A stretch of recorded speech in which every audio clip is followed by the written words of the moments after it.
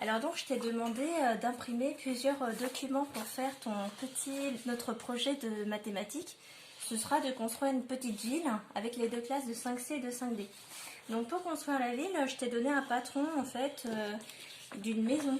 Alors et là c'est des petits habitants, les Angry Birds. Alors parmi eux en fait il y a un intrus. Pourquoi? Alors est-ce que tu l'as vu? Parce que si tu repères bien, tous sont des prismes droits sauf un. D'accord? Donc lui c'est bien un prisme droit parce qu'il a deux bases identiques. En fait les deux bases c'est les façades de la maison, elles sont là. D'accord? Et puis tu as sur le côté en fait les faces latérales qui sont bien des rectangles.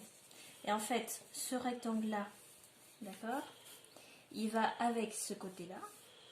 Ce rectangle là va aller sur le toit. Ce rectangle là il va se poser, il y a un rectangle qui va se poser là. Ce rectangle là correspond à ce côté là. Et puis il y a le rectangle du milieu qui les relie tous. Donc on constate qu'en fait tout c'est un prisme droit qui a deux bases identiques, voilà les deux façades, les faces latérales sont ici, et tous les rectangles ont bien la même hauteur. Donc la distance qu'il y a entre les deux bases en fait, ce sera la hauteur, et c'est la même partout. Voilà. Et ce qui varie en fait sur ces rectangles, qui ont donc une dimension commune, ce sera la largeur. Et la largeur en fait, elle dépend de la base. Cette largeur là, donc on la retrouve là. Cette largeur-là, on la retrouve là. D'accord? Cette largeur-là, on la retrouve là.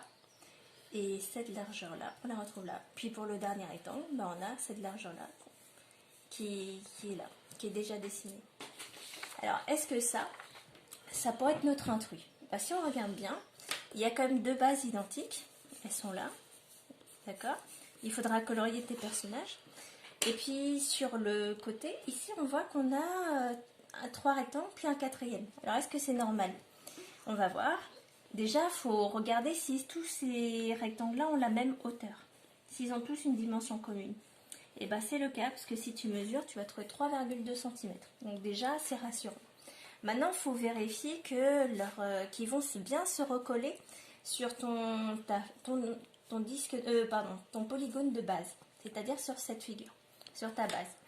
Alors, tu constates qu'en fait, ce côté-là, forcément, il coïncide avec ce rectangle-là. Ce côté-là, il va coïncider avec ce côté-là, donc ça va marcher. Ensuite, ce côté-là, il coïncide avec ce rectangle-là. D'accord? Donc ça fonctionne. Et ce côté-là va se recoller sur ce côté-là. Donc ça fonctionne. Tu retrouves toutes les dimensions de ta face latérale.